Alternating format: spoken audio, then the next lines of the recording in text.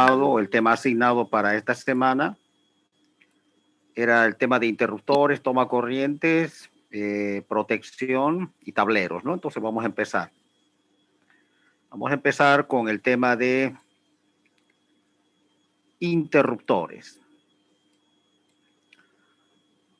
Los interruptores son elementos de control para algunos dispositivos, como por ejemplo las lámparas eléctricas, las cuales permiten o no el paso de la energía, ¿no es cierto? Porque algunas cargas, por ejemplo, en este caso las lámparas, solamente se requieren su activación en determinadas horas del día, ¿no? Generalmente cuando no tenemos la luz natural de la radiación solar. Entonces, fíjense, hay interruptores de una vía.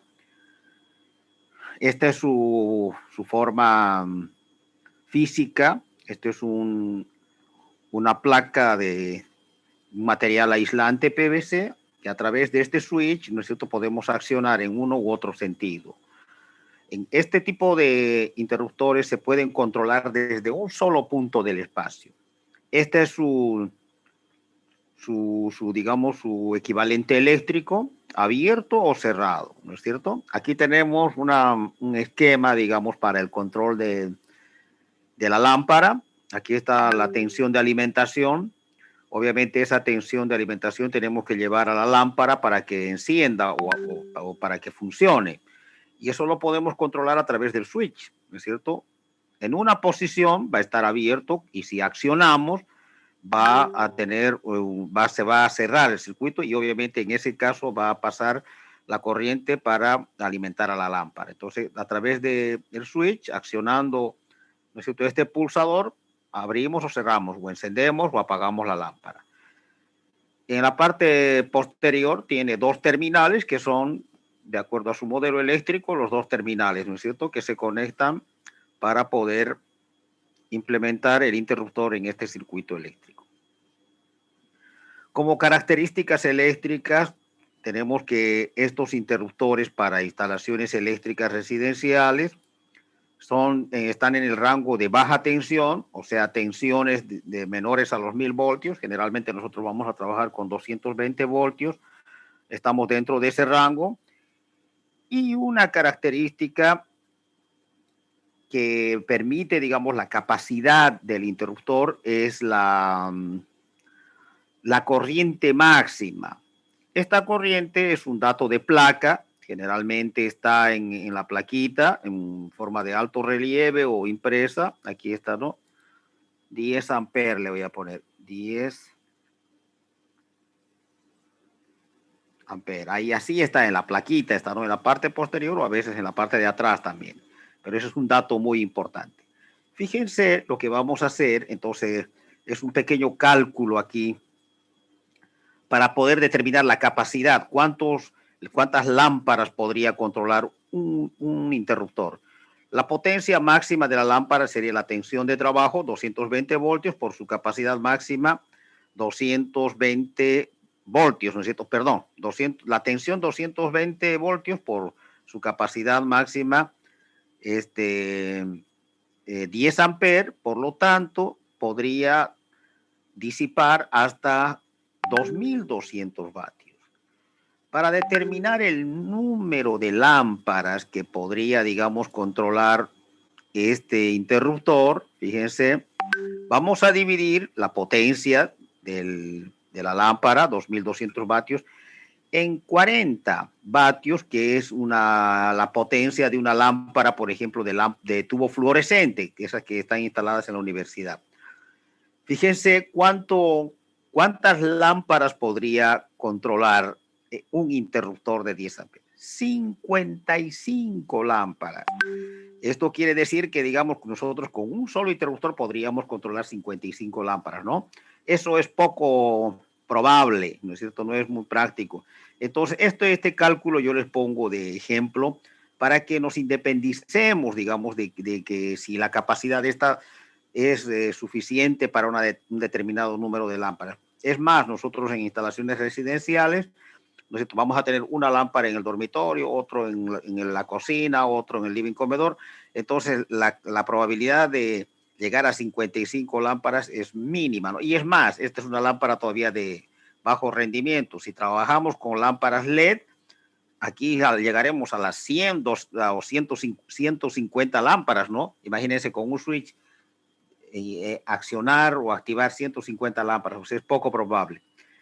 Como conclusión, jóvenes, no es necesario hacer ningún cálculo para poder, digamos, determinar si es capaz o no de accionar una determinada carga, ¿no? Es más, hay algunas otros interruptores que tienen estas capacidades, ¿no? De 15 amperes, pero las más comunes son las de 10 amperes. Hay algunas otras que tienen hasta 15 amperes. Obviamente estas tienen una mayor capacidad. ¿Está bien? Muy bien.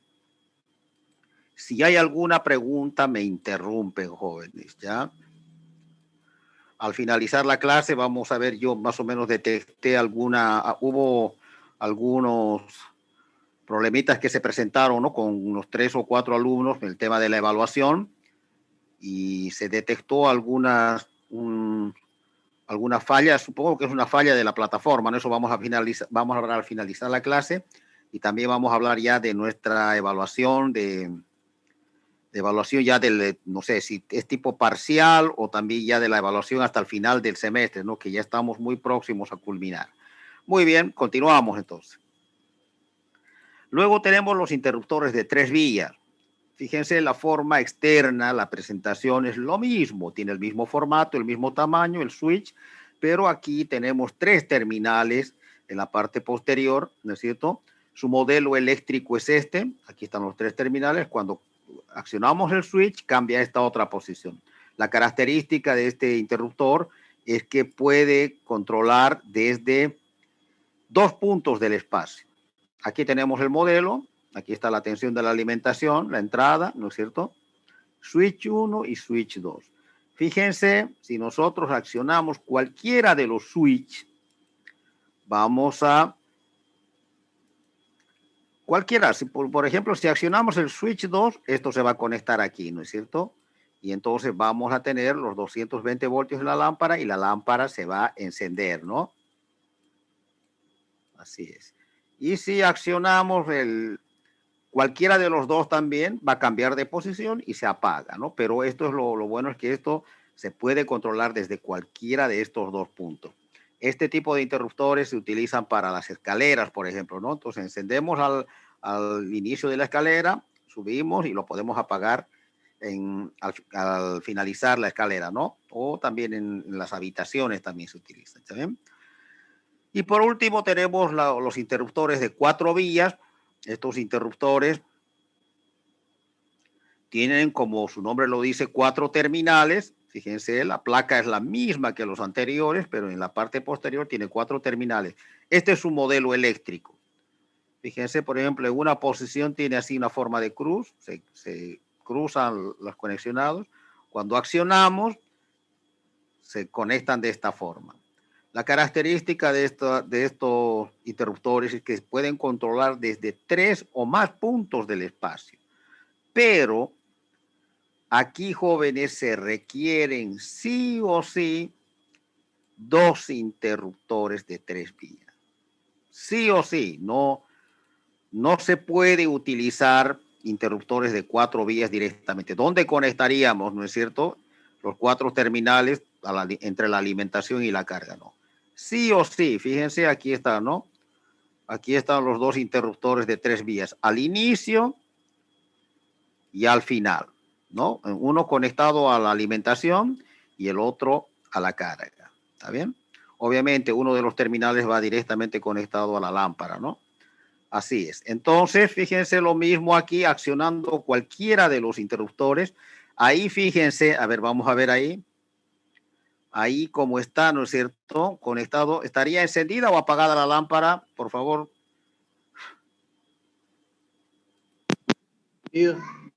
¿Cómo? Encendida. Muy bien, Torrico, muy bien. Obviamente está encendida, ¿no es cierto? Porque fíjense, hay continuidad. Esto está conectado directamente a la lámpara. El otro terminal, si seguimos la continuidad, está encendida la lámpara. Muy bien. Está encendida la lámpara. Ahora, accionando cualquiera de los interruptores, vamos a suponer, por ejemplo, el interruptor 3, perdón, el interruptor 2, que es el de interruptor de 4 vías. Fíjense cómo va a cambiar, fíjense su modelo aquí, ¿no? Esto así es, ¿no? Cuando se cambia la posición o cuando se acciona el interruptor, esto va a pasar así. Ahí. Obviamente esto ya no existe, ¿no? Esto ya no está, ¿no? ¿Y qué pasa ahora con la lámpara? Se apaga. Se apaga, ¿no? Obviamente está apagado porque no hay continuidad. Fíjense, seguimos esto viene aquí y no hay continuidad. Se apaga la lámpara. Muy bien. Entonces así lo podemos hacer también desde cualquier otro, desde cualquier otro interruptor, ¿no? O desde cualquier otro punto del espacio. Para poder, fíjense, en este caso pues, se controlaría desde 3 puntos del espacio, ¿no es cierto? Para poder implementar más puntos de control, simplemente lo podemos conectar otros interruptores de 4 vías en la disponibilidad de 4 terminales, donde estoy marcando ahí, ¿no es cierto? Con el recuadro rojo, ahí podemos poner otro interruptor de 4 vías, y ahí podríamos tener 5 puntos de control. Lo podemos tener 7, 8, 10 o 20 puntos de control, aunque es poco práctico que tengamos, ¿no? Por lo menos en instalaciones residenciales. Se acabó. No sé si hay alguna pregunta.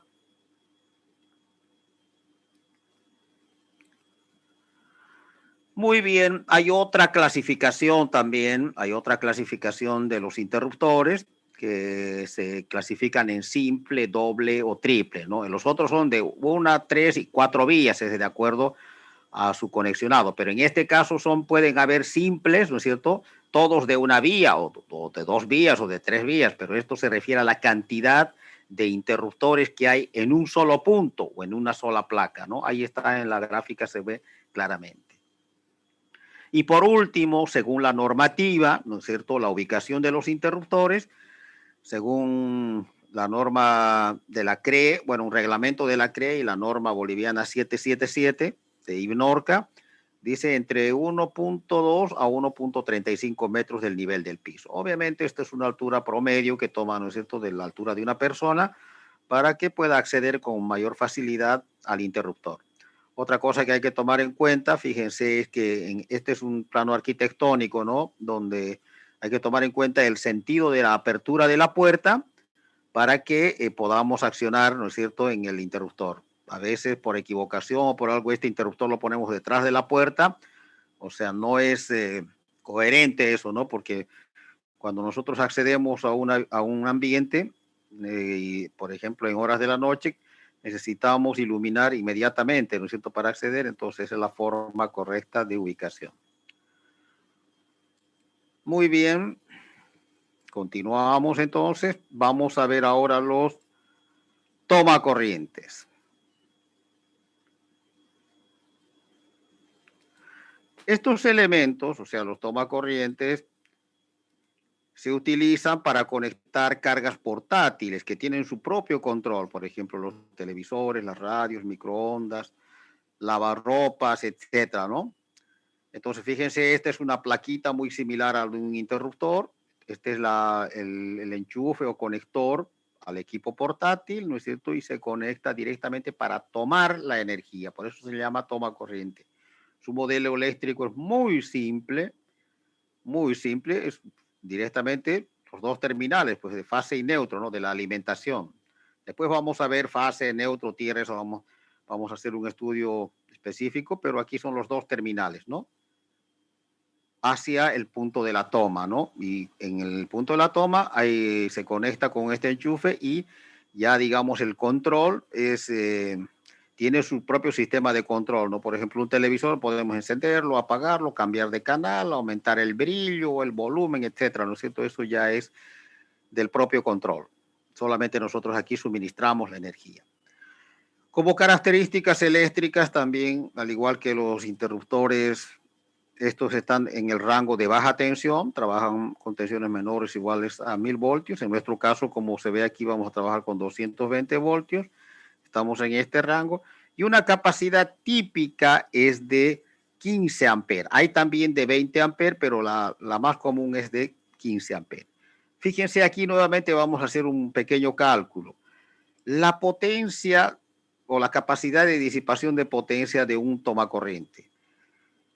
220 voltios por 15 amperes, ¿no es cierto? Que es su capacidad, y le vamos a tomar un factor de potencia de 0,9, ¿no? Porque algunos dispositivos, por ejemplo, como por ejemplo las lámparas eléctricas, las lámparas o los, perdón, bueno, las lámparas no se conectan, aunque hay algunas lámparas portátiles también, ¿no? Pero las heladeras, los aire acondicionados tienen algunas cargas inductivas, que por eso se considera el coseno de phi, ¿no? El coseno de phi o el factor de potencia permitido mínimo es 0,9, lo consideramos eso.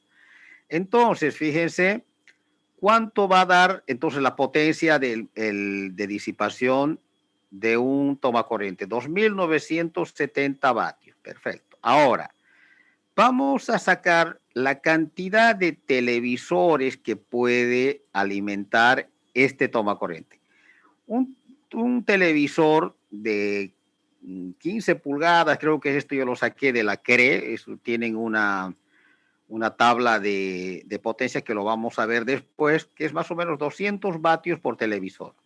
Fíjense, si dividimos la capacidad de disipación del tomacorriente sobre la potencia de un televisor promedio, 14 televisores podemos alimentar desde un solo tomacorriente.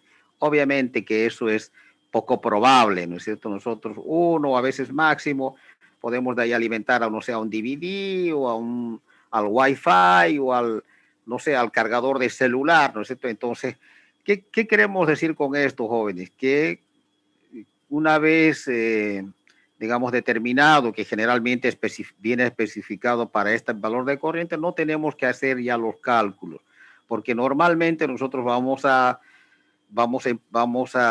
implementar, digamos, un tomacorriente para una carga, para un televisor, para una ducha, o perdón, para un aire acondicionado, no aire acondicionado, para una heladera. Ya vamos a ver después. Lo que pasa que la ducha y el aire acondicionado son cargas, se llama para circuitos de fuerza, porque tienen mucha energía, pero los tomacorrientes se utilizan para televisores, computadoras, heladeras, etcétera, ¿no es cierto? Entonces, es poco probable que podamos utilizar tanta cantidad de carga. Entonces, con esta capacidad es suficiente, ¿está bien? Eso es para que no tengamos que estar haciendo los cálculos posteriormente. También aquí tenemos otra subclasificación, podríamos decir.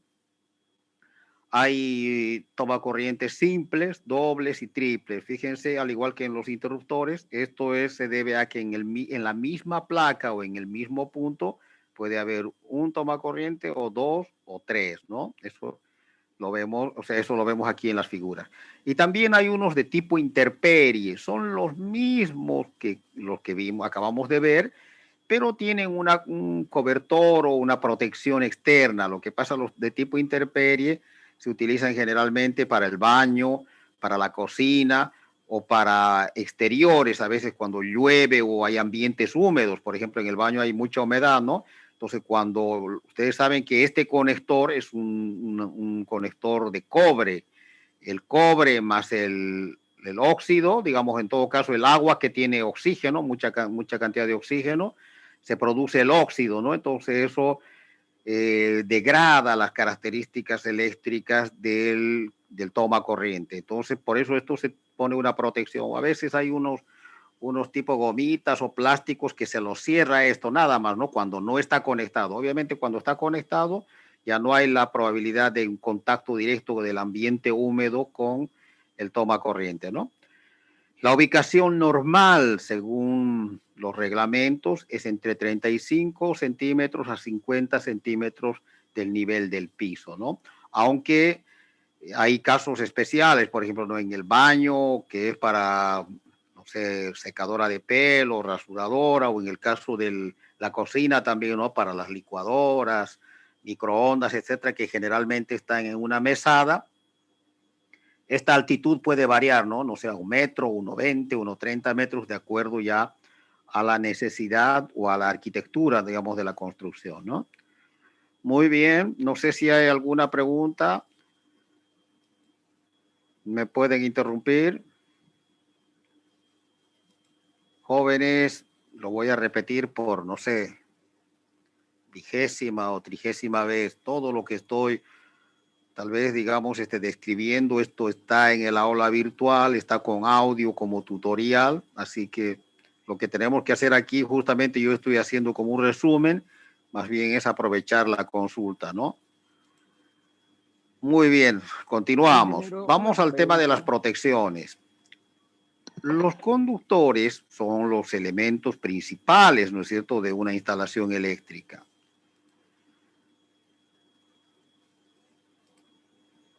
Entonces, se deben realizar, o en todo caso, se debe proteger contra posibles fallas. Estas fallas en instalaciones residenciales generalmente son la sobrecarga y el cortocircuito.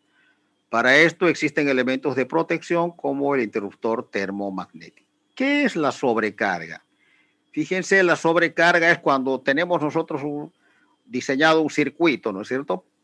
Está diseñado el circuito para una habitación o para un aire acondicionado, digamos, o una ducha. Pero ¿qué pasa? Pasa 1, 2, 3, 4, 5 años, se hace una construcción al fondo de la vivienda y se requiere energía, obviamente. Entonces, muchas veces cuando no hay un proyecto eléctrico, o la mayoría, digamos, que alguien que no entiende muy bien del tema, sobre todo de proyectos eléctricos, agarra, busca la tensión, fase y neutro con el buscapolo, dice, aquí hay fase y neutro, y se conecta ahí para la nueva instalación. Pero el circuito que está alimentando, de donde se está tomando, fue dimensionado para una carga. Aquí lo que estamos haciendo es sobrecargar. Entonces, es muy posible que aquí podamos sobrepasar la capacidad para la cual fue diseñada, ¿no? Después vamos a ver todos esos criterios de diseño. Entonces, obviamente, lo podemos dañar el conductor, ¿no? Es como si tuviésemos que comprar, a ver, una movilidad, ¿no? De 2 toneladas. Si lo cargamos 3 toneladas, algo va a pasar, pues no, va a fallar la amortiguación, el motor, la transmisión, la caja, no sé. Pasa aquí lo mismo, si fue dimensionado un circuito para una determinada carga y le estamos conectando otra, le estamos sobrecargando, entonces algo va a pasar también. Entonces eso tenemos que proteger, eso es lo que vamos a ver ahora, cómo proteger.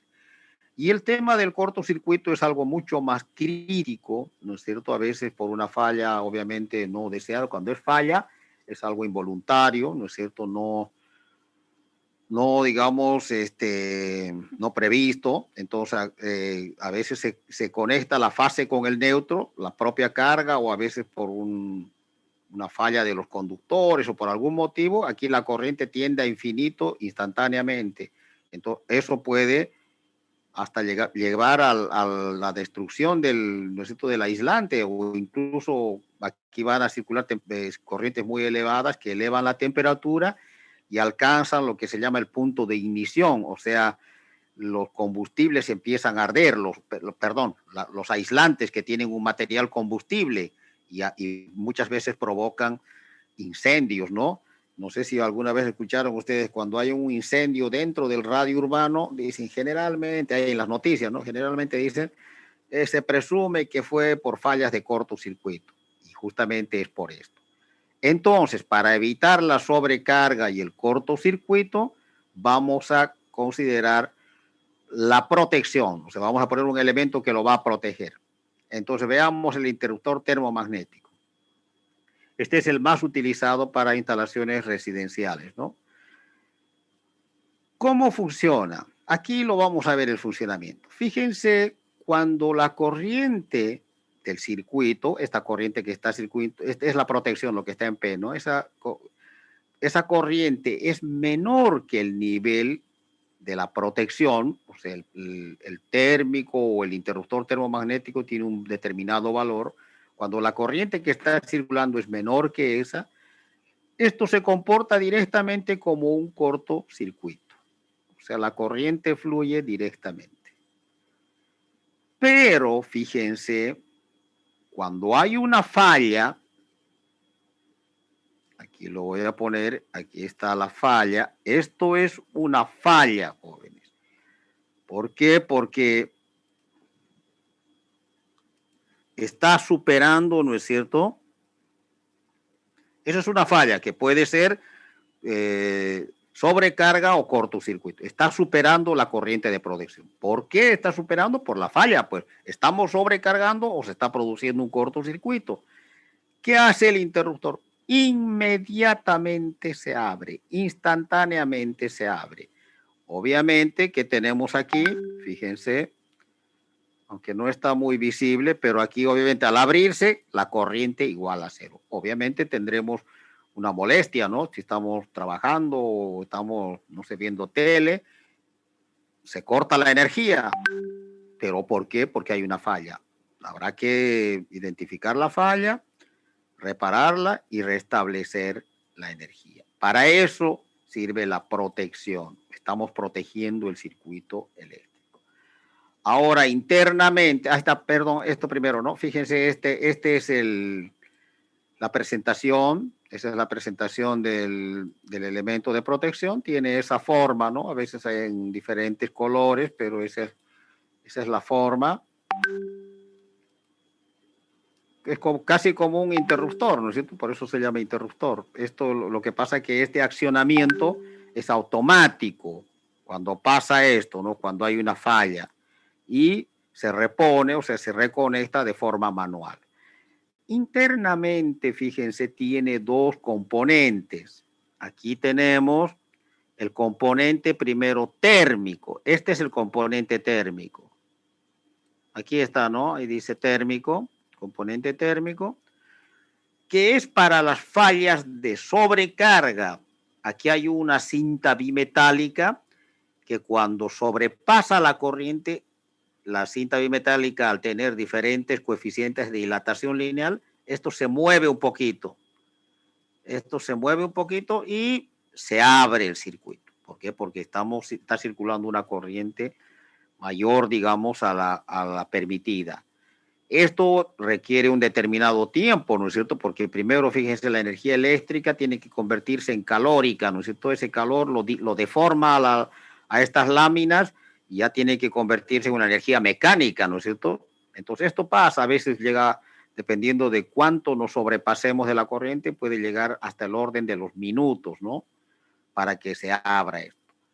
Pero cuando se requiere una protección, fíjense, una protección de cortocircuito, tiene este mismo interruptor, todo lo que estamos viendo es dentro del interruptor, tiene un componente magnético, ahí está, un componente magnético que es un relé, y fíjense ustedes, el relé es un accionamiento eléctrico, ¿no es cierto?, por una variación de corriente. Y cuando es un cortocircuito, la variación de corriente es brusca.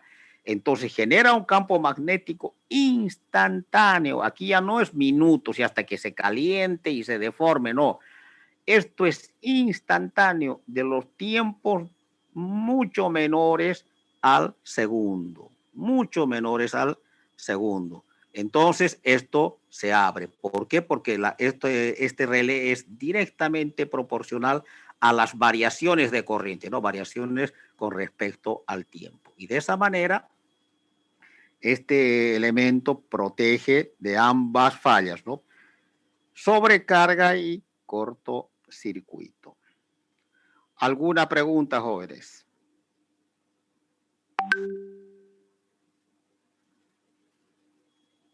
Ingeniero, buenas tardes. En los medidores igual existen los interruptores, ¿cierto? O sea, está ahí Sí, interruptor. Cuando hay, por ejemplo, en una casa, por ejemplo, hay ducha eléctrica y ocupan el horno al mismo tiempo, y hay corte en toda la casa, ¿eso ocurre porque hay mucho consumo o sí, cómo se pero eso lo solucionaría vamos eso? a ver después. Lo que pasa que, a ver, ¿por qué se le acciona a usted? ¿Se le acciona la protección? O sea, cuando se ocupa a veces el horno eléctrico y la No, ducha, hay corte en toda la casa. no, pero lo que pasa que es justamente porque hay una falla y para mí que hay sobrecarga y eso lo vamos a ver ya en la parte del diseño, porque el interruptor, o sea, digamos, la protección, la primera protección del medidor, eso debería garantizar el funcionamiento incluso de toda la carga de la casa, que funcione la ducha, el aire acondicionado, los televisores, todo. Pero seguramente en primera instancia fue diseñado para cierta carga y cuando se le agregó la carga, otra carga, y están funcionando simultáneamente y ahí se está accionando. Pero los criterios de diseño con cálculo, eso lo vamos a ver después. O sea, no pudiera explicarle en este momento numeralmente, cuantitativamente, pero cuando ya entremos en el tema del diseño, ahí sí lo vamos a calcular, incluso si quiere su ejemplo. ¿Está bien? Gracias, ingeniero. Muy bien. Muy bien, no sé si hay alguna otra pregunta. Sí, sí, Disculpe, Flores. ingeniero. Sí, sí, sí, lo escucho. Lo escucho. Ingeniero. Sí, Con el otro tema que hablaba sobre el toma corrientes, sí. tenía una duda en cuestión de los tipos de toma corrientes que existen, ¿no? Como ahí mostraba la imagen que era uno estuco, creo. A Y ver, en cuestión de eso, hay igual acá en Bolivia lo que serían las normas, o sea, normas para ¿cuál? llegar a colocar, A cuál de estos se que, refiere? que están arriba, digo, la primera imagen, digo. ¿Está? Es conector estuco, ¿no? Y esa de ahí. O sea, y hay diferentes tipos de tomacorrientes, que sepa. Y en ese sentido, ¿hay alguna norma acá, o sea, que establezca que llegue a tener a cualquier domicilio? No entiendo. El toma corriente es fase y neutro nada más. ¿A qué se refiere con diferentes formas? En cuestión de, bueno, lo que yo aprendí en cuestión de sonido, que ese conector que eres chuco, en otros países los utilizan de una norma legal, decían, que debe tener sí o sí en cualquier domicilio conectado. Y no podría ser cualquier otro tipo, que sean los que son los tipos redondos o planos, o hay diferentes tipos Ya. de... Sí, sí, sí, sí, sí. Sí, lo que pasa, esto sí. Lo que pasa es que esta imagen yo lo encontré para eso, o sea, que estaba justamente con el enchufe, digamos, ¿no? Pero no, no, o sea, esto sí tiene razón, esto es para otro tipo de aplicaciones. Estos son los normales, los que están para aquí abajo, ¿no? Sí, sí, sí, sí, sí, lo entiendo. Son para aplicaciones, digamos, eso para instalaciones eléctricas de baja tensión, lo que está reglamentado, lo que dice en la norma son estos, nada más que esto. Porque no hay más, pues, o sea, no hay aplicaciones especiales, digamos, ¿no? Obviamente, si usted tiene un equipo especial, digamos, ¿no? Por ejemplo, para el tema de sonido o tal vez para, no se preocupen, el tema del aterramiento vamos a ver después, porque fíjense, incluso aquí hay 3 terminales, está aquí solamente 2, y eso ya vamos a ver después, pero eso es para el tema de tierra, ¿no? Entonces, para otras aplicaciones, incluso para equipos médicos, ¿no es cierto? Para incluso para, bueno, dispositivos especiales, uno tiene que tomar desde el punto de la alimentación y después ya tiene su conector especial, como es este caso, digamos, ¿no? Eso ya lo vamos a ver cuando veamos el tema del diseño, ¿está bien? Pero según la norma, solamente son estos los que se especifica para instalaciones eléctricas residenciales, ¿no? Muchas veces, por ejemplo, para el tema de ustedes sonido, por ejemplo, ¿no? Ya se requiere, son instalaciones semi-industriales. Por ejemplo, si, no sé, Sonilun, digamos, hace un espectáculo, no sé, en el estadio Tawichi o en un salón de eventos, esas instalaciones no son residenciales, tienen alimentación trifásica y alimentadores especiales, ¿no? Donde ahí ya usted hace su conexionado, donde, digamos, al elemento de carga que corresponda, ¿no? Muy bien, no sé si hay alguna otra pregunta. Ingeniero, una pregunta. Sí, Nosotros trabajamos con un voltaje de 220, sí, ¿verdad? En Bolivia. sí, sí. ¿Y qué pasa si vamos a otro país donde trabajen con uno diferente y se conecte un aparato que trabaja con el voltaje común de Bolivia. No, o sea, ya se está uniformizando. Le cuento que en La Paz, no sé hasta qué año, obviamente, no estamos hablando de unos 20, 30 años atrás, todavía trabajaba con 110. En algunos países de Europa todavía, pero le cuento que a nivel internacional se está uniformizando los 220 voltios. No me acuerdo, yo tuve algunos viajes al exterior, pero ahí yo me encontré con transformadores. O sea, por decirle, digamos, no, usted, digamos, tiene su cargador de celular o su computadora a 220 voltios. Es un simple transformador, o sea, está conectado a su red, digamos, 110 voltios y le transforma a 220 voltios. O sea, eso yo vi en un hotel, digamos, ¿no? Entonces, así se hacía lo mismo seguramente en La Paz, porque solamente La Paz era el lugar donde tenía 110 voltios, ¿no? Pero se agrega un transformador para poder, digamos, elevar a la tensión. Normalmente tampoco había muchos niveles de tensión, ¿no? 110 o 220 voltios. Pero, repito, la tendencia a nivel mundial es 220 voltios ya. Ya está prácticamente normalizado ya. En caso de que hubiese un pequeño transformador, pero que eso digamos, lo suministran no sé, pues las empresas o donde uno va a residir, ¿no? Obviamente, si uno vive allí, en esos países, seguramente su cargador de celular, su televisor, todo está para 110 voltios. Es más, en los televisores, eso en la parte de atrás le da la opción, ¿no? De 110, 220. Obviamente, cuando nosotros compramos aquí ya viene todo eso para 220, ¿no? Eso no es mucho problema. No sé si hay alguna otra pregunta. En todo caso, jóvenes, vamos a continuar con esta consulta. Yo les propongo una pausita de unos 2 o 3 minutos. Vamos a a refrigerarnos un poco y continuamos ya. Y tal vez lo más importante va a ser al final, porque ya les voy a plantear cómo va a ser la calificación hasta el finalizar el semestre.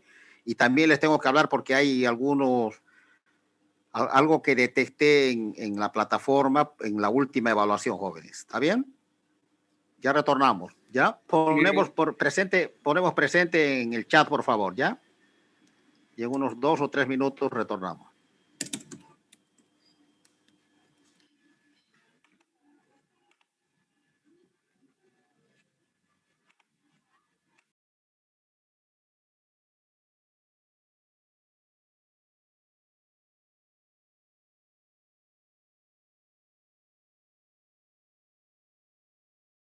La primera, si hay alguna norma en el cual pueda decirme si o sea, el térmico, como comúnmente le llamamos, tiene, o sea, su sentido de circulación, porque según veo, se puede conectar en cualquier lado, ¿cierto? La entrada y salida. La segunda es por qué en una ducha es correcto colocar térmicos en la fase y el neutro. Por favor. Muy bien. El tema, digamos, de la polaridad, eso lo vamos a ver cuando veamos el tema del diseño. Generalmente se pone a la salida de la fase de cada circuito. En este momento no podemos hablar de circuito, ¿no es cierto? Porque estamos recién estudiando los elementos. Hay circuitos derivados, circuito subalimentador, circuito alimentador general. Eso lo vamos a ver después. Generalmente es en la fase. Lo que sí dice la norma es la ubicación física. A ver, ¿dónde está? La ubicación física, ahí está. Fíjense, en todo caso, así como está ubicado esto, la norma que dice. Aquí lo voy a anotar.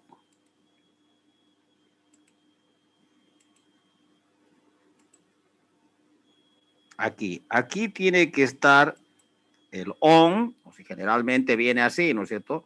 Tendría que ser como encendido, digamos, y aquí el off, que es como apagado.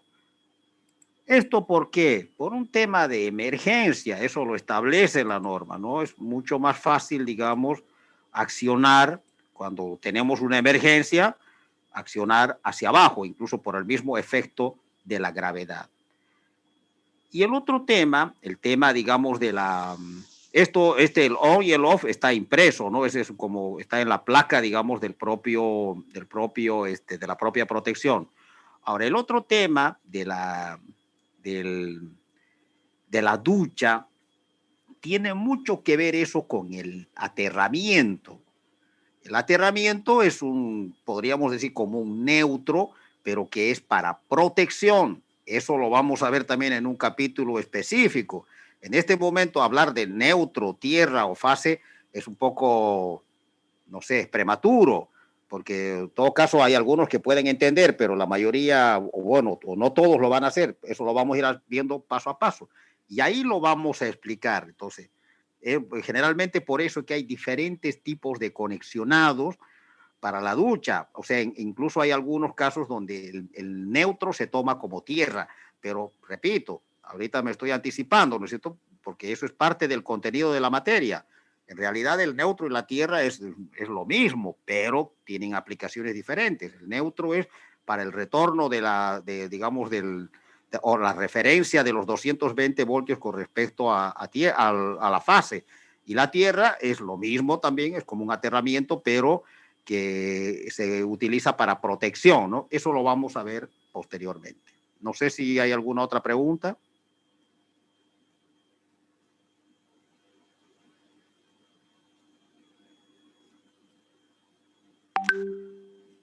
Muy bien, si no hay otra pregunta, vamos a continuar.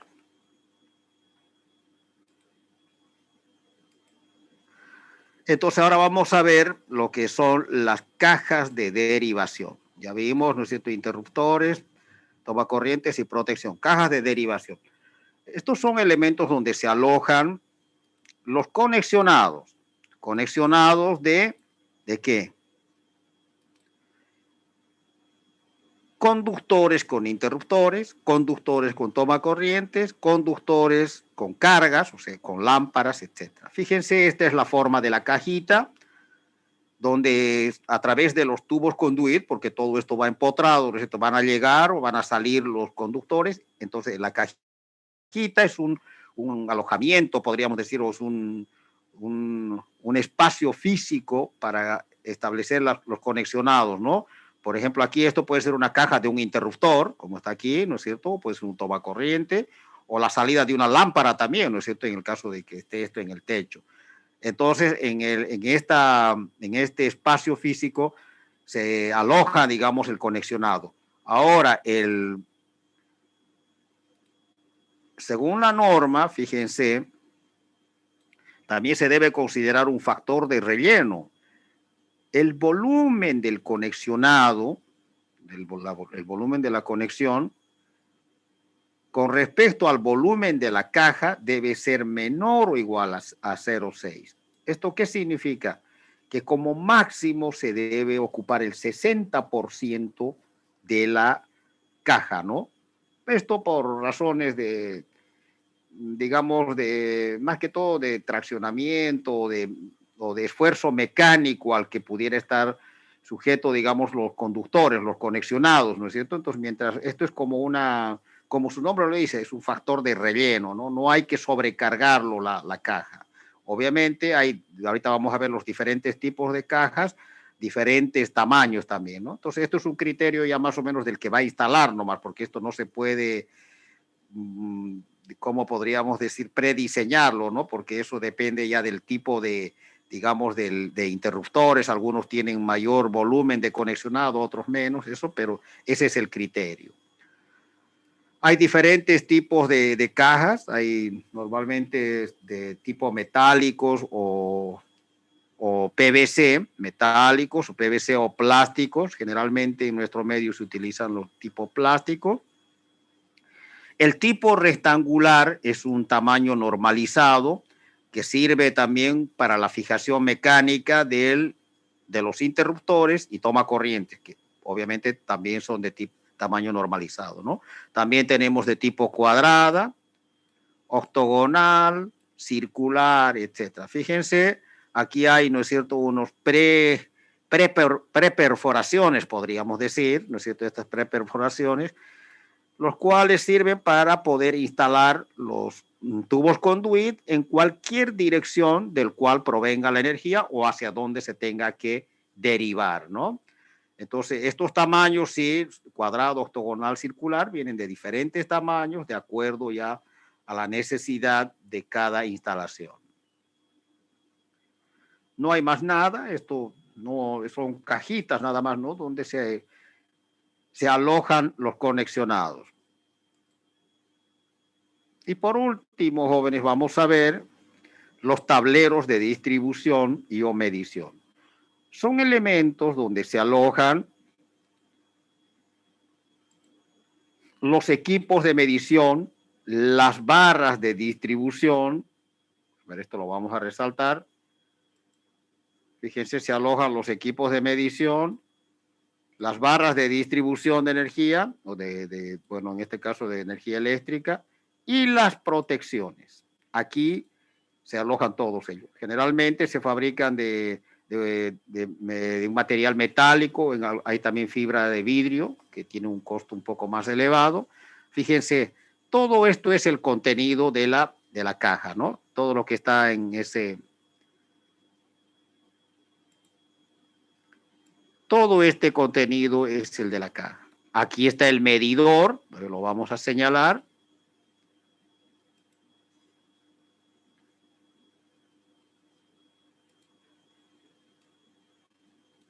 Este es el medidor.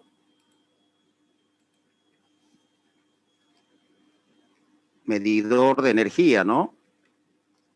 Ese es el medidor de energía. Aquí están las protecciones. Aquí están las protecciones, ¿no? Estos son, por ejemplo, las protecciones principales y estas son las protecciones de los circuitos.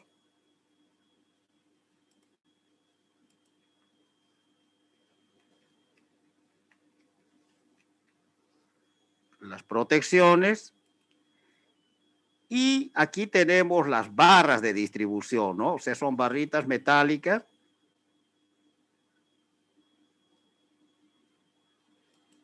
A ver, ¿dónde está? Estas son, pues, ¿no? Estas son para tierra y esta. Y estas, fíjense, estas son las barras de distribución. Distribución le voy a poner.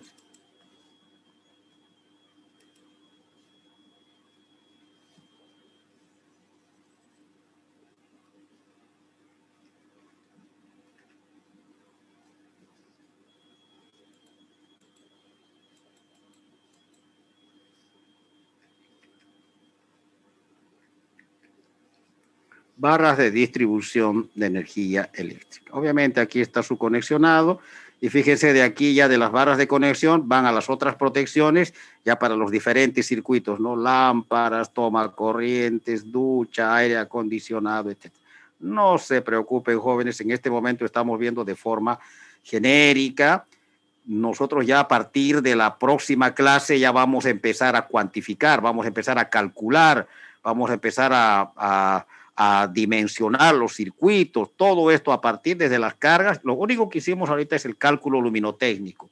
Con eso vamos a alimentar ya los circuitos de toma corrientes, aire acondicionados, ducha, etcétera, etcétera. Todo esto lo vamos a ver de forma...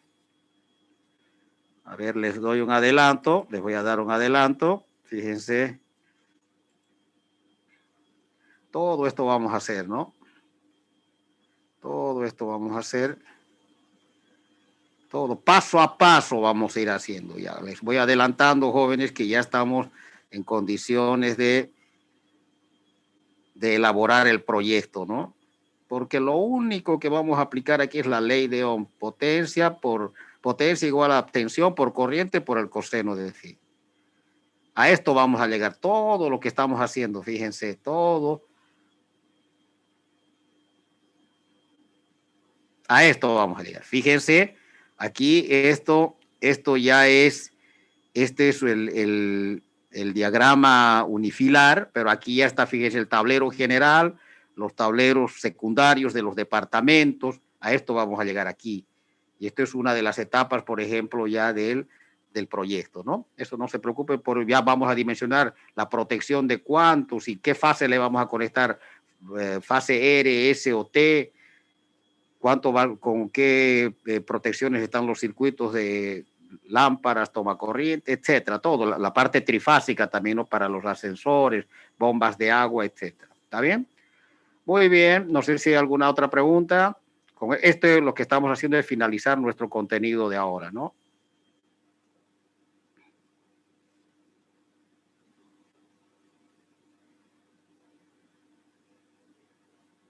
Preguntas, jóvenes.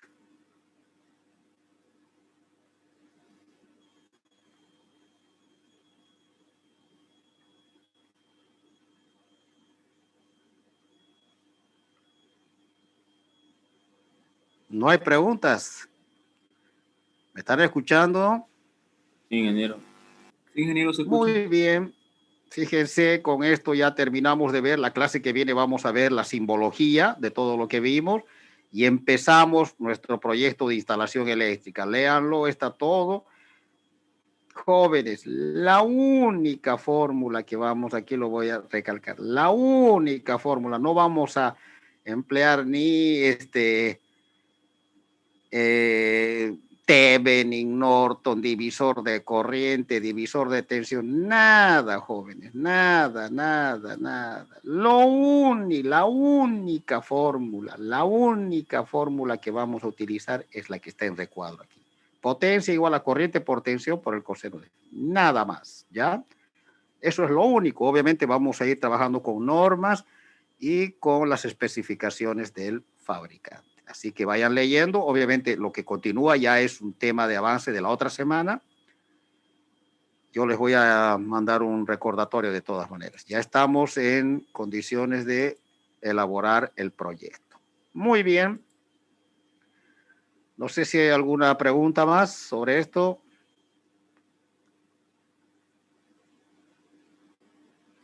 Ya estamos, jóvenes, aquí. Fíjense, acabamos de ver esto. Bueno, la clase que viene vamos a ver los elementos, la simbología.